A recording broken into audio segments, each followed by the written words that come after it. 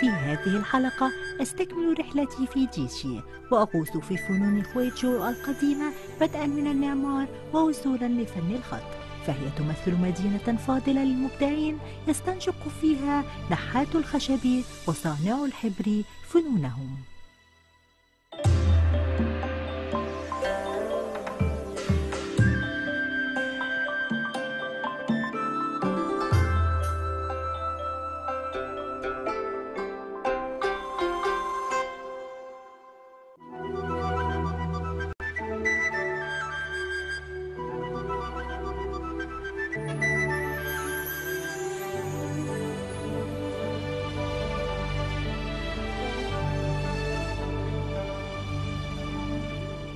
G'day guys, pretty nice view behind me, hey?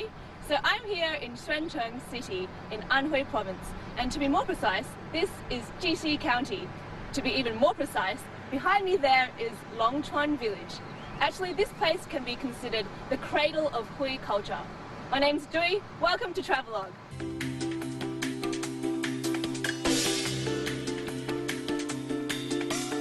انبثقت ثقافة خويتشو من حضارة نبعت في ذلك القديم الذي ضم جيشي.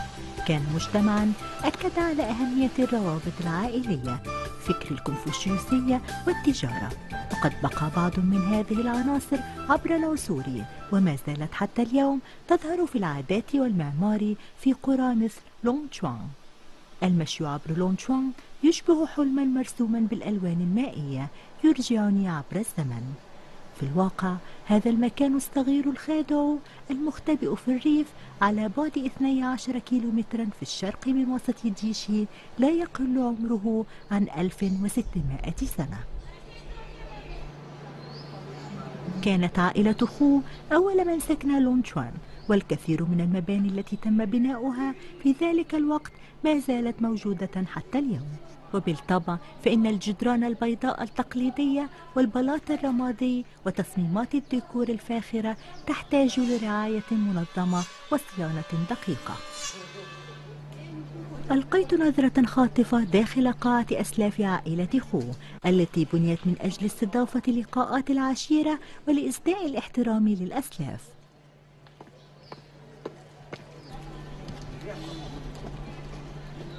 وبعدها تركت عمال البناء ليقوموا بعملهم وذهبت لأستمتع بضفاف النهر.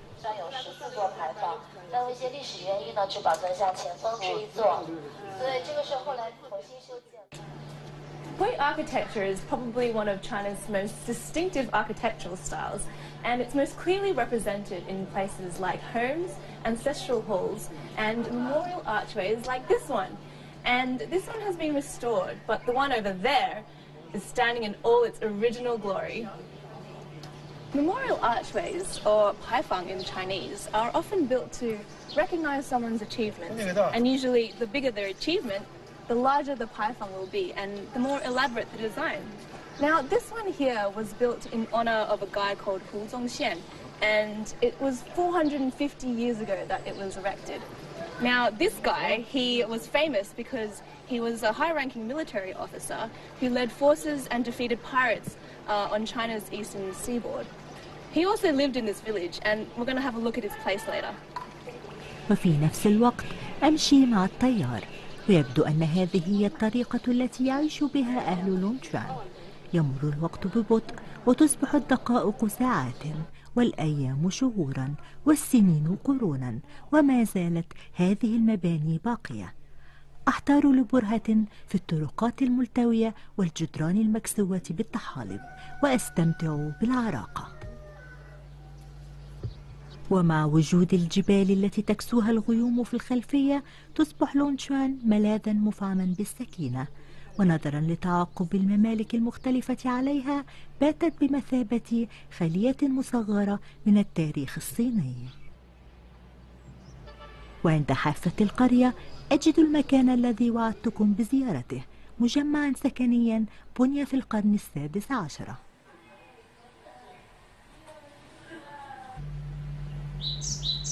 ومن الداخل كأني وجدت جنة عدن بنباتاتها المتشابكة وأحواضها المتلألئة رغم تصميمها على شكل متاهة ضخمة.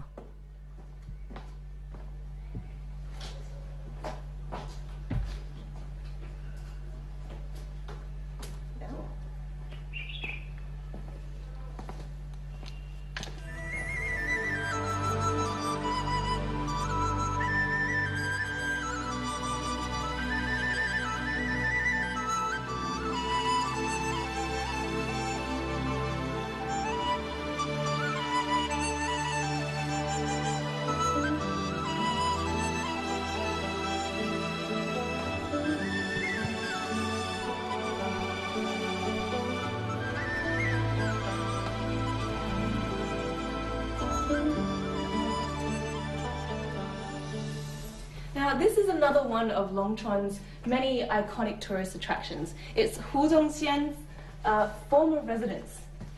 Of course, after about 500 years, it's not everything it used to be.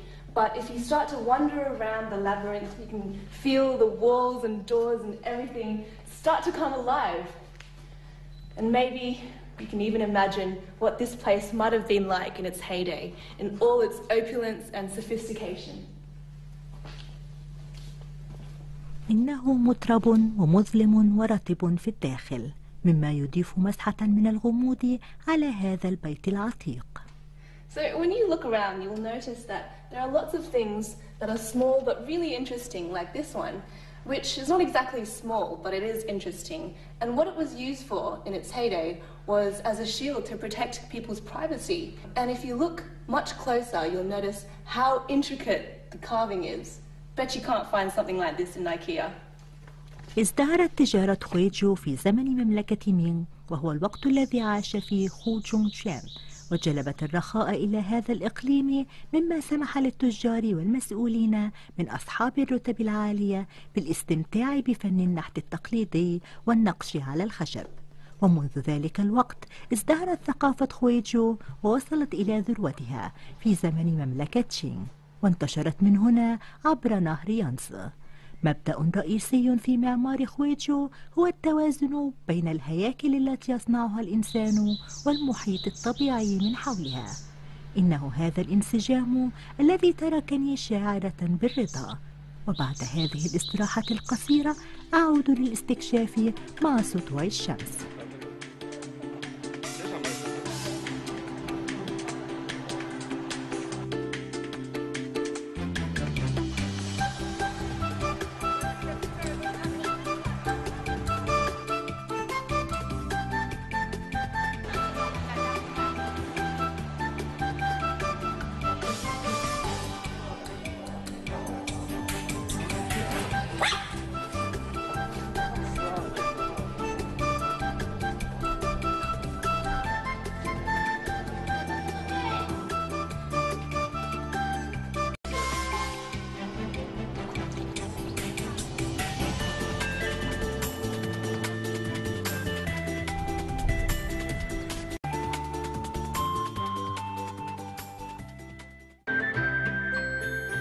لاحقا أستمتع بأعمال أستاذ في نحت الخشب، وبينما أمشي عبر الوادي أكتشف أن الطبيعة قد اختارت أن تخلد شخصية صينية مرموقة على الحجر.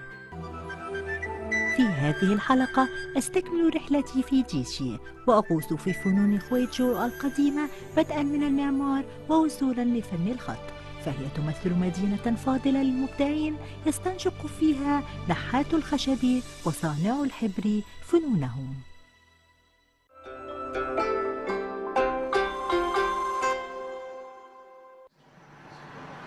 بعد مشاهدة الأعمال المعمارية المرتبطة بثقافة خويجو دفعني الفضول لمعرفة كيفية صنعها. تشتهر ممارسة خويجو القديمة لنحت الصخور والطوب والخشب في كل أنحاء الصين، ومن بين الخامات الثلاثة على الخشب حرفية أكبر، ولذلك أنا هنا في مصنع للنقش على الخشب في جيشي.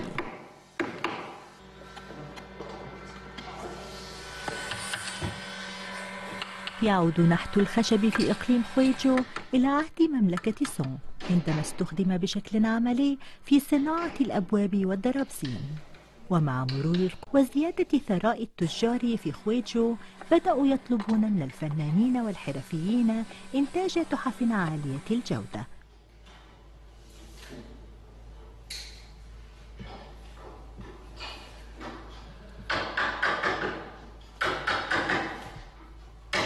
وبجانب وزنه الفني الكبير يحمل جدوى ثقافية عميقة، فتحكي الأعمال الفنية قصصا وتصور أساطيرا وتجسد مبادئ الكونفوشيوسية كالإخلاص وطاعة الوالدين. وفي نهاية المطاف غلب الاهتمام بالمعايير الجمالية على الضرورة الوظيفية، وحاليا أصبحت جودة المنتج النهائي مذهلة.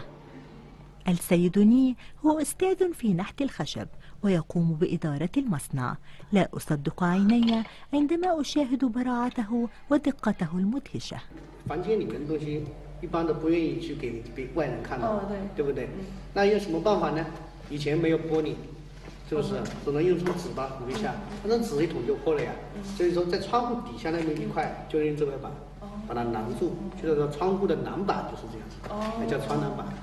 Hui architecture is known for its simplicity and elegance, but if you look closer, you'll notice that there are lots of decorations and they're incredibly detailed, like this one, which used to have the purpose of protecting privacy for the inhabitants of the house by putting it on the windowsill. But these days, it's mainly just for decoration. And this one, I'm not sure what the story is about, but it looks like there are 50 kids having a party with a lion and dragon and lots of instruments. 你怎么想那个样子有怎么样的？这个小孩的脸嘛，基本上都是这样。全部都有笑吗？嗯。 كل طفل من الأطفال ال50 يحمل تعبيرا مختلفا، بينما يساوي حجم رأس كل منهم حجم أحد أظافره. إنه أمر لا يصدق بلا مسودة أو مخطط أولي. 花多少时间做这个？这个这个要做好几个月的。好几个月。哦。刀的话有很多种呀，从制胚到结束的话，应该要200把刀。200把刀？要200把刀。你像现在这一套的话，就有最起码要30把了。Oh wow! So these carvers use 200 different knives for a difficult masterpiece, and I suppose they're like painters' paintbrushes. Each one is different with a different shape and different function. Like this one, I think he said was to scoop the wood from behind to give the artwork a 3D effect, and it looks like it's popping out at you because it is. Looks like a dentist equipment, but it's actually the scalpel that's used to scoop the wood.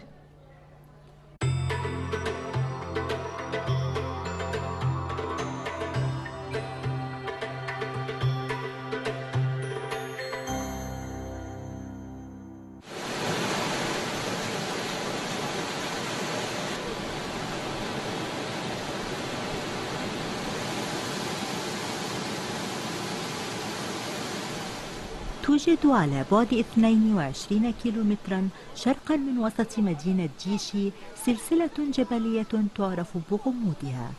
جئت إلى هنا لمعرفة السبب في ذلك، ويبدو أن نفس الفكرة واتت الكثيرين غيري. So here we are in Zhangshan Valley. It's a beautiful morning for a grueling hike downwards. Now this is an icon of the area. It's called Bai Zhang Yan. Bai means 100. Zhang is, I think it's a unit of measurement that's equivalent to about 3 meters, and Yan means rock. So this is a one rock formation that's a sheer drop down. So if you look higher, higher, that is the top of the cliff. Mother Nature looks like it did have a bit of fun creating this place. Anyway, I think it's time for the hike.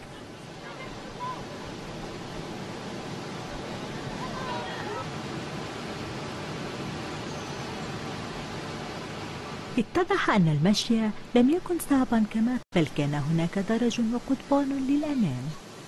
ليس لدي ما أشكو منه، إنه يوم مشمس مليء بالحركة والألوان.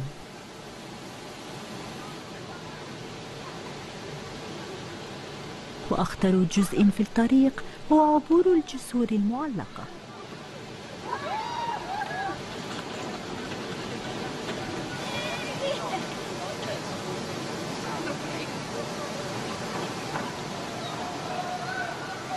يفخر هذا الوادي بوجود 43 نوعا نادرا من النباتات، بالإضافة للصخور التي يبلغ عمرها ملايين السنين، والمياه الصافية والمنظر الصخري الذي يأتي الزوار إلى هنا خاصة لرؤيته. This fertile region is known for producing many famous literati and artists. But who knew that Mother Nature was quite the sculptor herself? What do you reckon? Someone you know or a famous Chinese celebrity?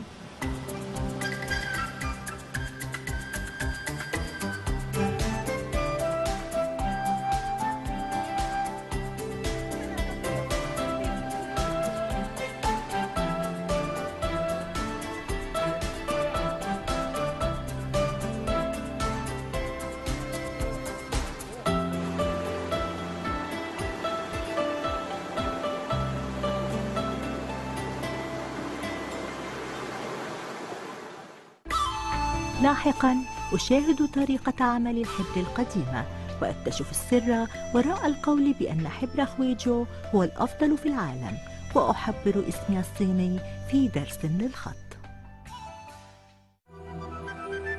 في هذه الحلقة أستكمل رحلتي في جيشي وأغوص في فنون خويجو القديمة بدءاً من المعمار ووصولاً لفن الخط، فهي تمثل مدينة فاضلة للمبدعين يستنشق فيها نحات الخشب وصانع الحبر فنونهم.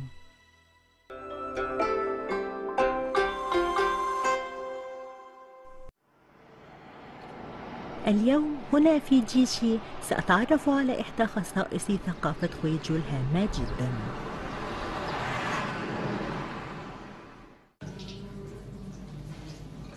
لا، هذا ليس طقسا لعبادة النار، إنها طريقة صناعة الحبر القديمة، وهي تبدأ بجمع سواد الدخان الذي يتم خلطه بالصمغ العضوي ومكونات أخرى سرية.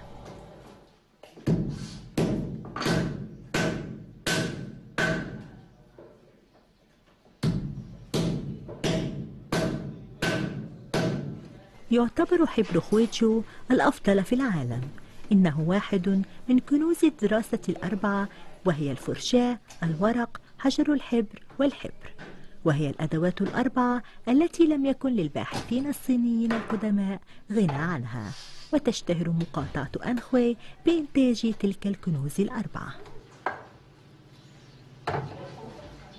نحن في مصنع خوكايوان للحبر، والذي بدأ إنتاجه في عام 1782. إنه أقدم وأشهر مصنع خويجو للحبر، ورغم ضعف الطلب على الحبر ما زال يعتبر واحدا من منتجي قضبان الحبر الرئيسيين في البلاد.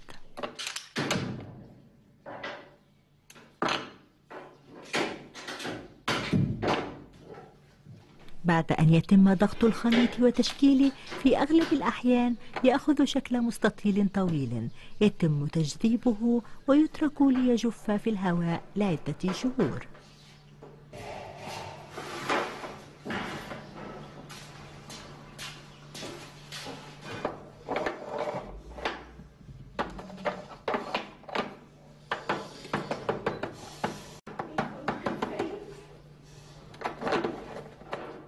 وعندما يجف يصبح جاهزا للتزيين.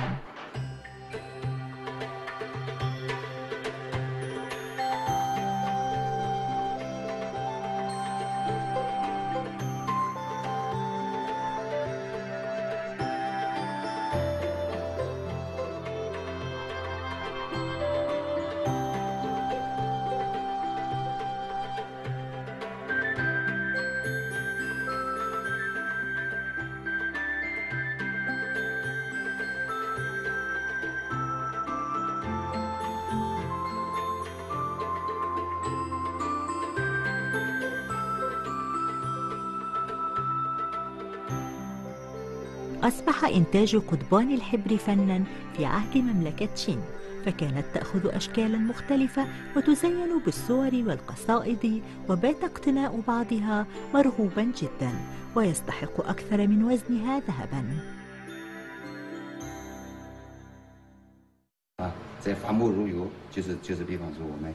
السيد وانغ هو أستاذ في صناعة حبر خويجو، وقد ورث هذه المهارة عن أسلافه، وقد تم اعتبار هذه الحرفة إرثا ثقافيا معنويا بشكل رسمي. 好木很贵，实际上呢还是原材料问题。那么可能比方说中国传统的这种名贵中药材，它的加入，它会防止这种木的发霉啊，那么麝香，还有熊胆，增高亮度，增高它的墨色，包括它着色的对姿势来。那么比方说要添加一些金箔啊，这些犀牛角，这些古代这些东西，这种名贵中药加起以后呢，那它的整个价格又上来了。Chinese culture lesson with Joy 101. Now, if I remember everything that Mr. Wong taught me just then, there are 4 ways of telling what makes a good ink stick. Firstly, it must be lightweight, meaning that it's made of good materials and the parts that make up this ink stick were really small. And secondly, it sounds like it's really dense, so there's no air inside, meaning that it won't crack in the future. Now, thirdly, if you mix it with just a little bit of water, the ink will come out straight away, meaning the artist will save a lot of time when the inspiration hits. And lastly, look at this ink stick. It's nice and shiny, like polished jade. Now, I came here not even knowing that ink came in the form of solids, and now I can be an international ink stick quality judge. All right.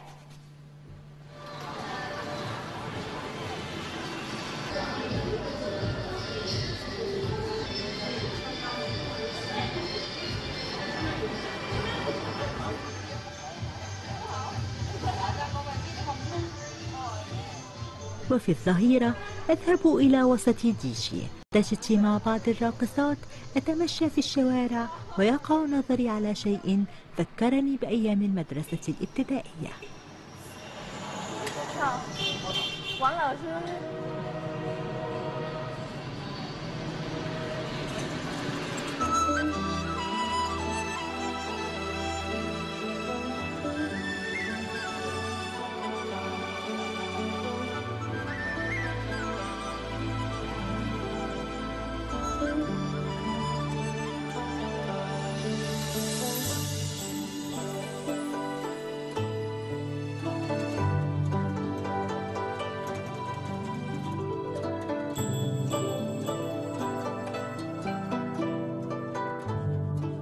لم أركز أو أتصرف بشكل جيد هكذا، ولم تكن لدي الموهبة، ولكني التزمت وقتها بحضور درس أسبوعي في الخط.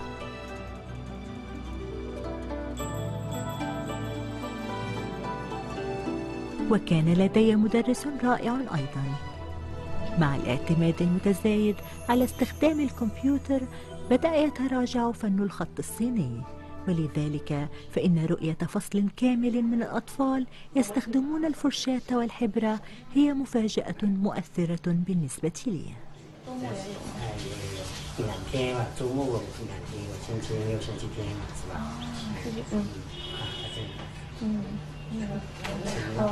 I was strolling around on the back streets of TC County, and I noticed an open classroom with all these little kids inside, and they're all doing Chinese calligraphy. It reminds me a little bit about when I was a dorky little kid and I really liked lettering, so I did extracurricular calligraphy classes, but of course it was in English. And this is just something completely different altogether. This little just look at what he's doing, it's incredible. I reckon I should give this a go.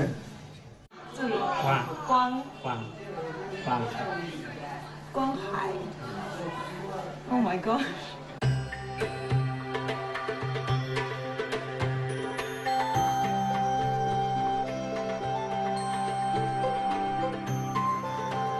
Looks like it's all about the way you move the brush and the pressure and angle.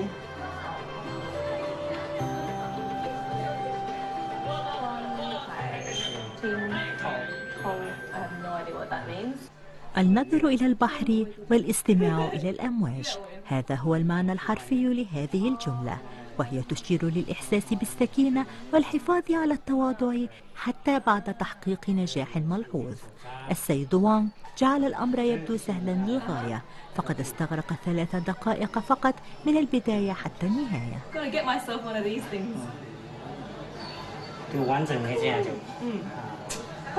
So nice. All right, my turn.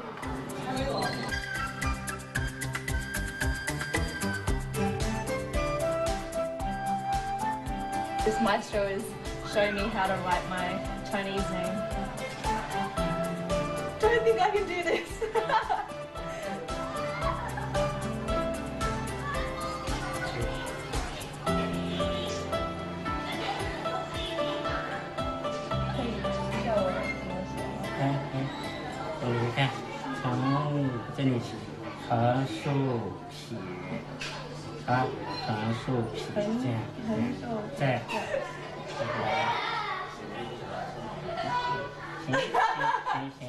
See, I think he's being very nice.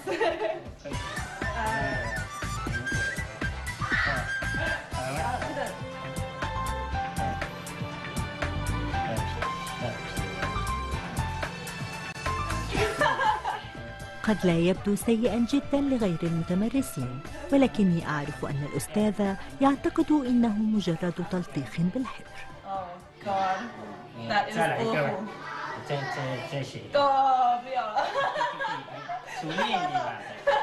My hand's too tired. What do you guys think, hey? 你觉得哪一个是我写的？这2个。I can tell straight away which one. Oh, obviously. 写到怎么样啊？写得好哎。They're being very generous with the comments, obviously. 写得好吗？好。That's a lie right there. All right. I guess I've got a souvenir for myself. Chinese calligraphy is actually, you know, it's worth a lot, but I guess it takes time and practice. And this one might have to pay someone to actually take it away from me.